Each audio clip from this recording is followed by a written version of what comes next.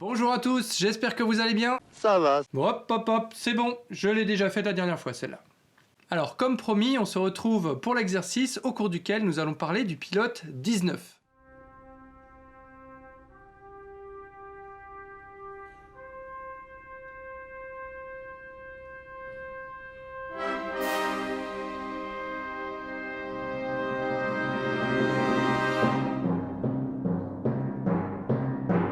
Comme d'autres établissements d'enseignement, au lycée Lavoisier, nous sommes équipés d'une colonne d'extraction liquide-liquide qui se trouve dans le hall pilote. Cette colonne se répartit sur 3 niveaux, -1, rez-de-chaussée, +1.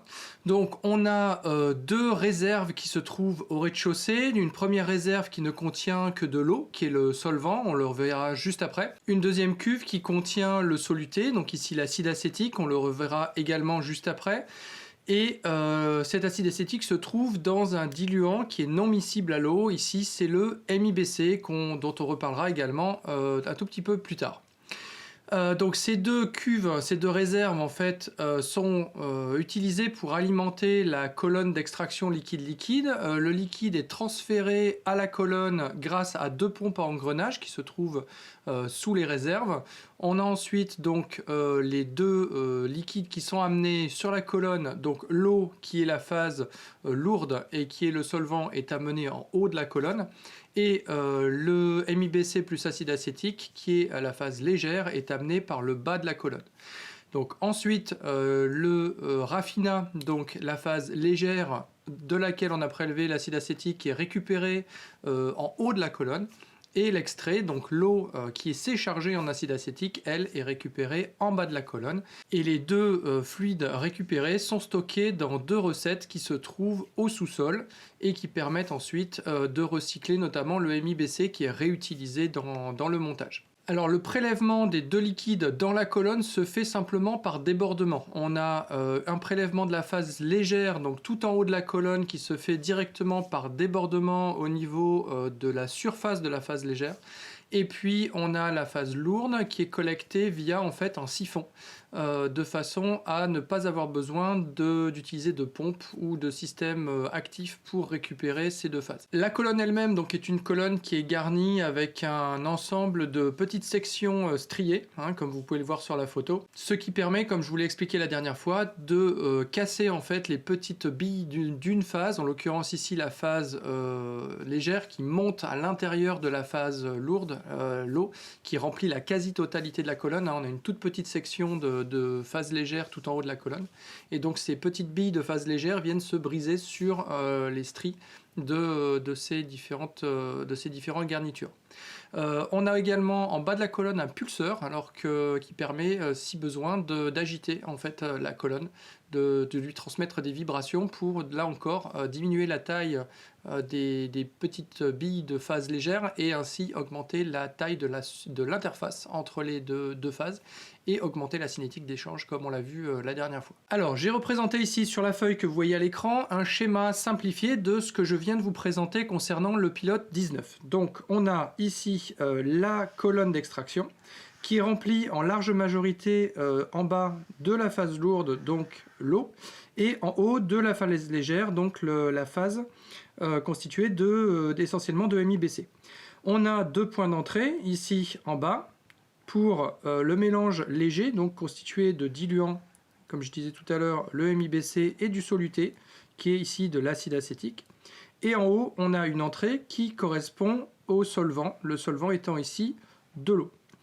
De l'autre côté, on va avoir les 2 points de sortie. Donc en haut, on récupère la phase légère une fois qu'elle a été dépolluée, ce qui correspond donc ici au raffinat, qui a priori est constitué exclusivement de MIBC si la dépollution a été efficace à 100%.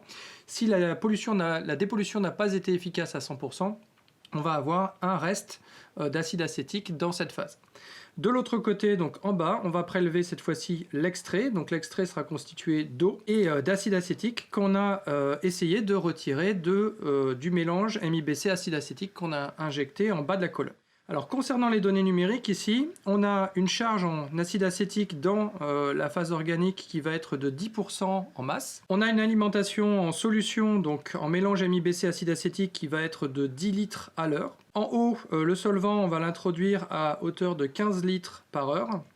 Et peut analyser les deux liquides qui sortent, donc l'extrait et le raffinat, pour déterminer leur teneur en acide acétique. Et on trouve que on a 4,9% d'acide acétique en masse dans l'extrait et 1,1% en masse d'acide acétique dans le raffinat. Alors depuis tout à l'heure, j'utilise un acronyme qui est MIBC, donc je vous ai représenté ici ce à quoi ça correspond.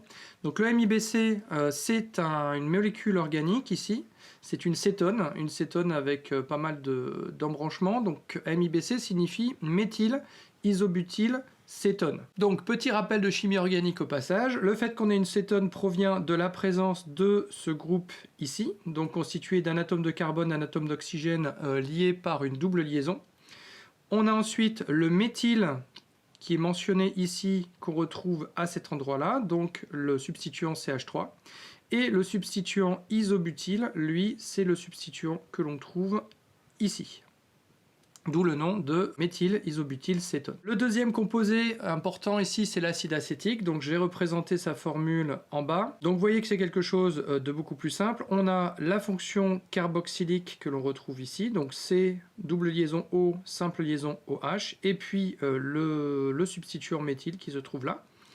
L'autre nom de l'acide acétique, le nom standard, c'est l'acide éthanoïque. De façon à pouvoir répondre aux questions que je vais vous poser juste après, on va faire un certain nombre d'hypothèses qui vont nous permettre de simplifier un petit peu le problème et de se concentrer sur les aspects réellement importants. Donc la première hypothèse que l'on va faire, c'est que le MIBC et l'eau sont parfaitement miscibles. Vous vous souvenez peut-être que dans le premier cours sur l'extraction liquide-liquide, j'ai mentionné le fait que certains liquides sont parfois partiellement miscibles l'un dans l'autre, ce qui fait qu'on va se retrouver avec deux phases. Par contre, chacune des deux phases sera saturée dans l'autre solvant. Et si la miscibilité est partielle, on peut avoir des saturations qui sont relativement importantes. Donc l'idée ici est de considérer qu'on n'a pas du tout de miscibilité entre les deux liquides. Et la deuxième hypothèse que l'on va faire, c'est que la colonne fonctionne en régime stationnaire. Cela implique différentes choses. La première, c'est que l'interface donc entre les deux phases est stable, autrement dit, elle se trouve toujours à la même position dans la colonne. La surface, c'est-à-dire le haut de la phase légère, est stable également, donc ça se trouve également toujours à la même position dans la colonne, ce qui implique qu'en fait les quantités de liquide dans la colonne, donc la quantité de MIBC et la quantité d'eau sont invariantes dans le temps, elles restent constantes dans le temps. Et on a également une composition locale qui est stable, ce qui veut dire que dans chaque endroit de la colonne, la composition en acide acétique MIBC-O reste la même au fur et à mesure du temps. Alors juste un petit point là-dessus, étant donné qu'ici on a un déplacement d'une phase dans une autre phase et que visuellement on voit très bien qu'on a des petites billes de liquide qui se déplacent, on ne peut pas stricto sensu dire que chaque point de la colonne a une structure, une composition qui est parfaitement constante. On va avoir des petites fluctuations dans le temps, mais en gros, on aura toujours une valeur qui sera autour d'une valeur moyenne qui, elle, sera la même, quel que soit le moment où on regarde la colonne. Alors, donc on en vient aux questions. Donc les questions, il y en a deux, et c'est les suivantes. La première, c'est quelle est l'efficacité de la colonne dans sa capacité à dépolluer le MIBC. Autrement dit, ce que je vous demande de calculer ici, c'est un taux de dépollution. Quelle est la fraction d'acide acétique initialement présent dans le MIBC qui se retrouve effectivement piégé par l'eau après que donc ces composés aient traversé la colonne. Ça, c'est une première chose. Et la deuxième, c'est qu'on a fait l'hypothèse qu'on était en régime stationnaire. Donc ce que je vous demande ici, c'est d'identifier et de calculer un indicateur numérique qui va permettre de savoir si la colonne a effectivement une chance d'être en régime stationnaire ou non. Je ne vous dis pas quelle est la réponse que vous allez a priori obtenir ici. À vous de la découvrir. Alors, je vous dis tout de suite qu'il manque dans le sujet tel qu'il a été posé ici deux données. Donc, à vous d'essayer de voir quelles sont les données qui vous manquent pour pouvoir effectivement répondre à ces questions et de rechercher par vous-même les valeurs numériques de ces données sur Internet. Si vous ne les trouvez pas sur Internet, rien ne vous empêche évidemment de vous les inventer, de prendre quelque chose de raisonnable compte tenu de la composition des liquides qui traversent la colonne et de partir de ces données-là pour construire l'exercice. Voilà, donc je vous invite à faire pause, à réfléchir à cet exercice, à essayer de le résoudre. Et on se retrouve juste après la petite coupure pour la résolution de l'exercice. A tout de suite.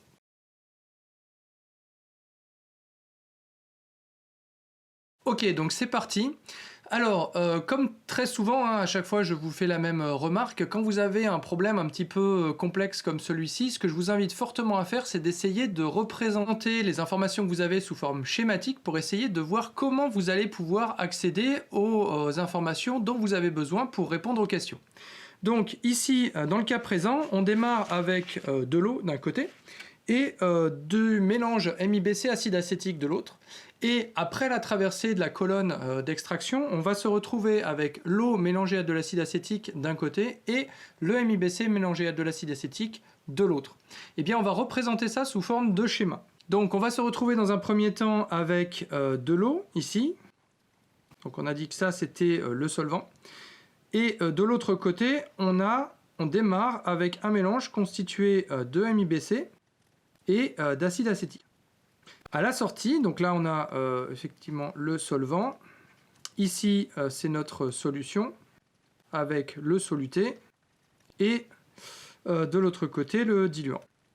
Et après la traversée de la colonne, on va se retrouver avec de nouveau l'eau qu'on va extraire alors en bas de la colonne. Moi, je la représente en haut ici parce que c'est plus pratique. Et à cette eau va être ajouté de l'acide acétique. Ok, donc l'ensemble de ces deux constituants constitue ici l'extrait. Et de l'autre côté, on va retrouver le MIBC qu'on avait au départ, plus un petit peu d'acide acétique, hein, puisqu'on a vu qu'ici, il en restait un petit peu dans ce qu'on récupérait en haut de la colonne. Donc ça, c'est le raffinat. Et donc la partie basse ici, c'est le MIBC. Ce qui est important en fait dans les informations qu'on a collectées en début d'exercice, c'est qu'on est en régime stationnaire. Et ça implique notamment, puisqu'il n'y a pas de modification de composition de la colonne, ni en quantité, ni en structure, que tout ce qui rentre dans la colonne pendant un laps de temps donné va également en ressortir. Autrement dit, toute l'eau qui rentre ici dans la colonne pendant un laps de temps donné, eh ben, cette même quantité d'eau, on va la retrouver exactement à l'identique en sortie. De la même façon, tout le MIBC qui rentre dans la colonne en ressort pendant le même laps de temps. Et il nous reste l'acide acétique. Donc cet acide acétique va se retrouver pour partie dans l'eau et pour partie avec le MIBC, donc dans le raffinat. Voilà, donc visuellement, on voit comment se répartissent les différentes choses qu'on avait en amont dans l'énoncé. Alors maintenant, on va reporter les données qu'on a. Ce qu'on sait, c'est que l'acide acétique ici constitue 10% du mélange de la solution totale qu'on a introduite ici en bas de colonne. Alors, on sait également que le débit d'eau, ici, que je vais noter DE, est de 15 litres à l'heure. Et on sait que le débit du mélange, donc MIBC acide acétique, que je vais noter DM, est de 10 litres. Voilà. Et enfin, on a également comme information que l'extrait donc comporte 4,9 pardon. Donc lui, il est chargé à 4,9% massique en acide acétique. Et le raffinat est chargé à 1,1% massique en acide acétique. Voilà, donc ça, ce sont les informations qu'on avait tout à l'heure. Alors, ce que l'on va essayer de faire ici, c'est un bilan de matière pour essayer de voir effectivement à quoi correspondent ces différents pourcentages dans le raffinat et l'extrait par rapport à ce qu'on avait au départ en acide acétique, et pour pouvoir ainsi répondre à la question du taux de dépollution qu'on a réussi à atteindre grâce à ce dispositif. Alors, une erreur très classique que je vois passer dans ce type d'exercice, c'est « Ah, bah, j'ai 4,9% en masse dans l'extrait, on avait 10% dans le mélange au départ, donc j'ai une efficacité de 49% pour l'extraction. » Ah, évidemment, ça ne marche pas, puisqu'en fait, vous avez des débits de solvants et de mélange qui sont différents, vous avez des densités pour le MIBC et pour l'eau qui sont différents, donc pour une même quantité de MIBC et d'acide acétique, ou d'eau et d'acide acétique, déjà à la base, le titre massique ne sera pas le même. Donc vous ne pouvez pas vous baser juste sur les titres massiques comme ça pour faire votre bilan de matière. Il va falloir faire ça de manière un petit peu plus détaillée et posée. Alors la deuxième chose importante, c'est que quand vous mélangez deux volumes de liquide, en fait, le volume total que vous obtenez n'est pas nécessairement égal à la somme des deux volumes initiaux. Vous avez le cas classique de l'éthanol et de l'eau. Quand on les mélange, on a une contraction globale du volume de liquide, ce qui fait que le volume du mélange sera plus petit que la somme des volumes des deux liquides purs pris séparément. Donc, surtout, ne pas travailler directement sur les débits volumiques, puisqu'ici on va avoir des mélanges, on va même avoir différents types de mélanges qui vont intervenir, donc vous ne pouvez pas savoir a priori comment ça va se passer d'un point de vue contraction de volume. Donc on ne va pas se balayer là-dessus. Pour faire le bilan, on va utiliser des masses. Alors ici, comme on est dans le cadre d'un dispositif qui fonctionne de manière continue, au lieu d'utiliser des masses seules, on va utiliser des débits massiques. Tout débit qui rentre ressort de l'autre côté de la colonne à l'identique, puisque, comme on l'a dit tout à l'heure, on n'a pas d'accumulation ni de perte de matière dans la colonne, puisqu'on est en régime stationnaire. Donc ce que l'on va faire déjà, c'est transformer les débits volumiques qu'on a en débits massiques. Et c'est là où il y a deux données qui manquaient, c'est que pour transformer un débit volumique en débit massique, vous avez besoin de la densité. Donc la densité de l'eau pure, bon, on va prendre 1 ici.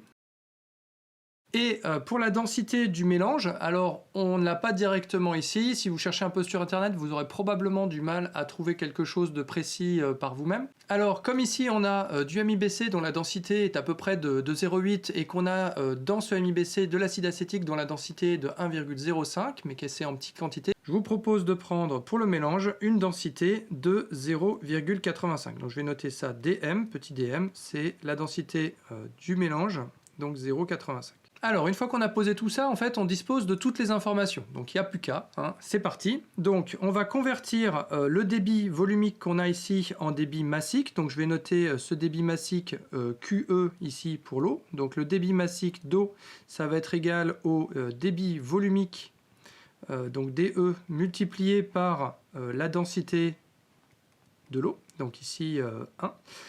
Ensuite, en bas, on va de la même façon déterminer le débit massique QM total de mélange. Et ici, ce sera égal donc au débit volumique de mélange, donc grand DM, fois la densité du mélange, petit dm. Voilà. Alors, le débit massique d'eau qu'on a ici en entrée se retrouve à l'identique en sortie. Donc, on va retrouver le même débit massique QE ici, en sortie dans l'extrait. Donc le débit QE va être une partie de l'extrait en sortie. Alors, de ce débit total, de ce débit massique total de mélange qui rentre dans la colonne, on peut déduire en fait deux débits massiques séparés. Un premier débit massique pour le MIBC et un second débit massique pour l'acide acétique. Alors le débit massique d'acide acétique, eh bien, on l'obtient simplement en multipliant le débit massique total de mélange par le titre massique du mélange en acide acétique. Donc ici, on va noter QA, le débit massique d'acide acétique en entrée. Ça, on a dit que c'était égal au débit massique total de mélange, multiplié par le titre massique en acide acétique pour le mélange. On va noter ça ici, XM. Donc XM, c'est le titre massique du mélange en acide acétique. Et bien nécessairement, en dessous, le titre massique de diluant, donc je vais noter QD, bien c'est ce qui reste dans le débit total. Autrement dit ici, ce sera égal à QM multiplié par 1 moins XM. Alors, comme on l'a dit tout à l'heure, il n'y a pas d'accumulation dans la colonne, donc les débits massiques en entrée, on les retrouve en sortie. Donc c'est ce qu'on a dit tout à l'heure ici, on a le débit d'eau QE que l'on retrouve dans l'extrait. De la même façon, la totalité du diluant, puisque le diluant c'est la phase légère, ici va se retrouver dans le raffinat, ce qui veut dire que dans le raffinat, on a une première contribution en débit massique, qui est le débit massique de diluant, donc QD, le QD qu'on a calculé jusqu'ici. Alors si on veut connaître les débits massiques d'extrait et de raffinat, maintenant la seule chose qui nous manque, ce sont les débits d'acide acétique dans chacune des fractions. Alors on va les noter respectivement ici QA, X, pour donc débit massique d'acide acétique dans l'extrait et QA Ra pour le débit massique d'acide acétique dans le raffinat. Alors ceux-là, on ne les connaît pas encore de manière directe. Par contre, on sait ce qu'ils représentent dans le débit massique total de l'extrait et du raffinat. Donc ce qu'on va faire, c'est qu'on va noter QX, le débit massique total d'extrait, et QRA, le débit massique total de raffinat.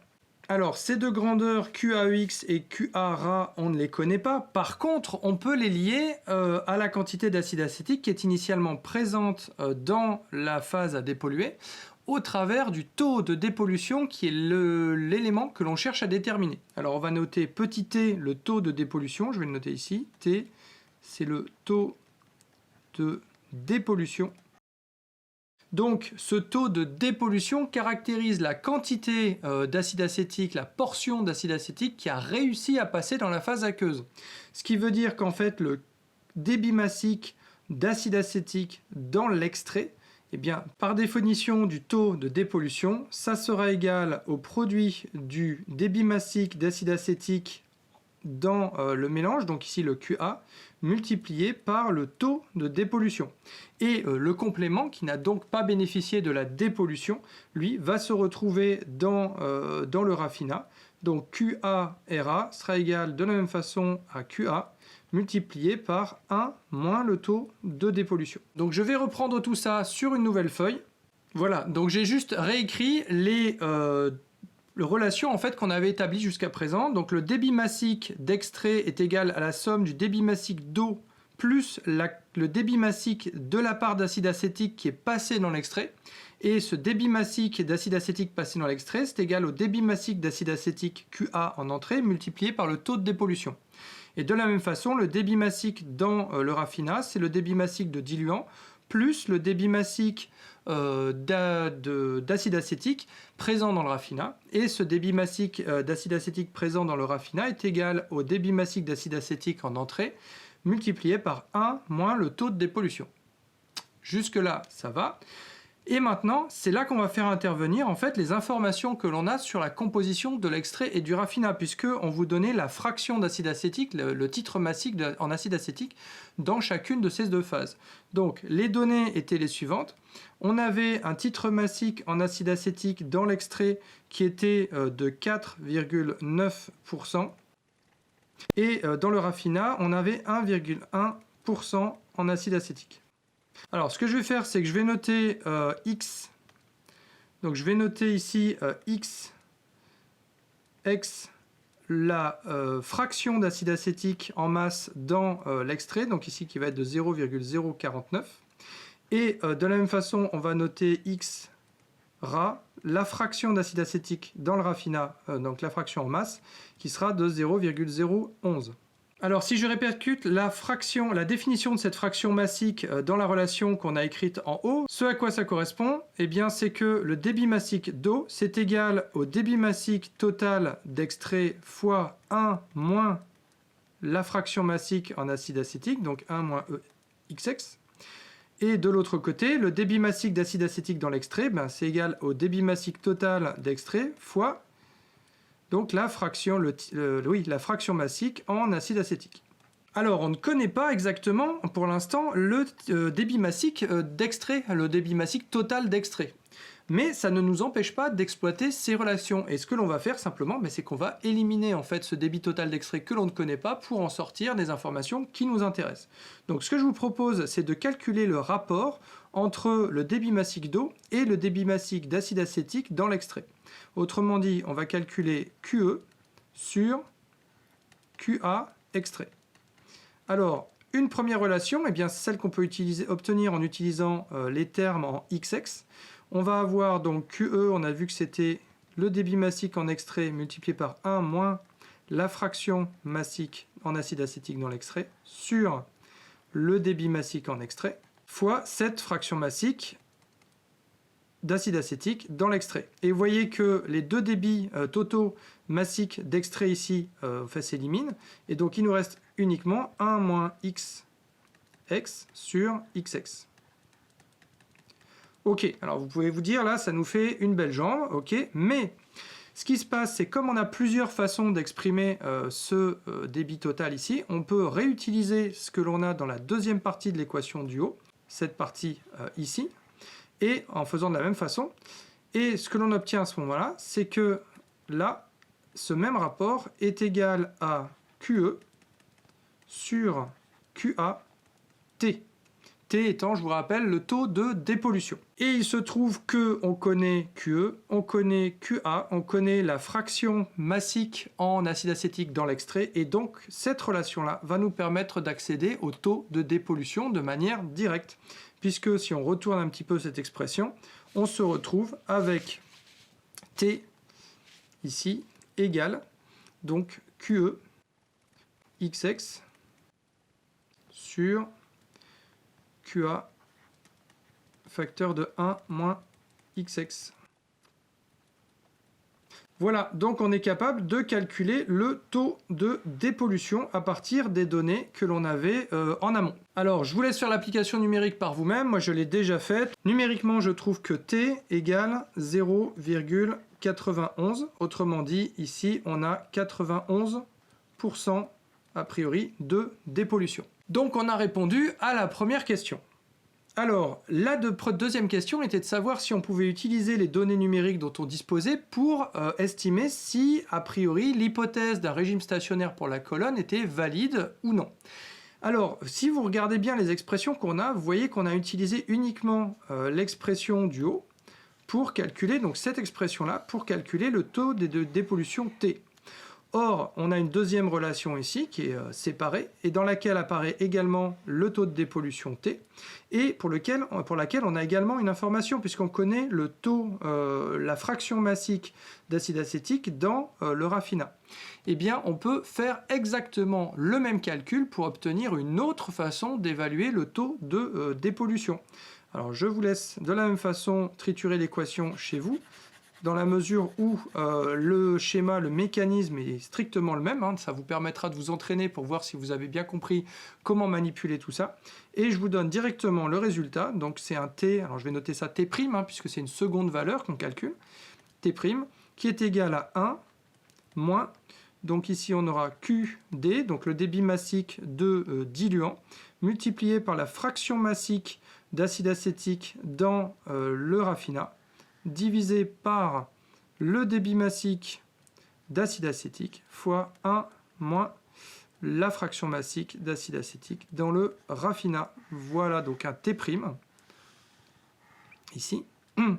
Et quand je calcule ce T', j'obtiens 0,90 avec les arrondis, ce qui nous fait donc a priori ici 90% de taux de dépollution. Alors, c'est là où on a une réponse à la deuxième question, puisque en fait 90% et 91%, compte tenu des arrondis qu'on a fait et du nombre de chiffres significatifs dont on dispose, en réalité, sont des valeurs qui sont très proches. Alors, je ne vais pas m'amuser ici à faire un calcul d'incertitude, je vous demande de me croire sur parole pour le coup. Vous pouvez essayer de modifier, en fait, une façon de vous en convaincre, c'est de modifier très légèrement les valeurs que vous avez en entrée du problème. Par exemple, si au lieu de prendre 4,9% d'acide acétique dans l'extrait, vous prenez 4,8%, eh bien regardez ce que ça donne au niveau des résultats et vous verrez qu'on est déjà en train de fluctuer de 1 à 2% sur le taux de dépollution. Donc là, le fait d'obtenir ces deux valeurs 90-91%, ce sont en fait des valeurs qui sont très proches. On peut donc considérer qu'on a la même valeur numériquement pour les deux valeurs de T, T et T' qu'on a calculées ici. Et ça nous indique que très probablement la colonne est effectivement dans un régime permanent.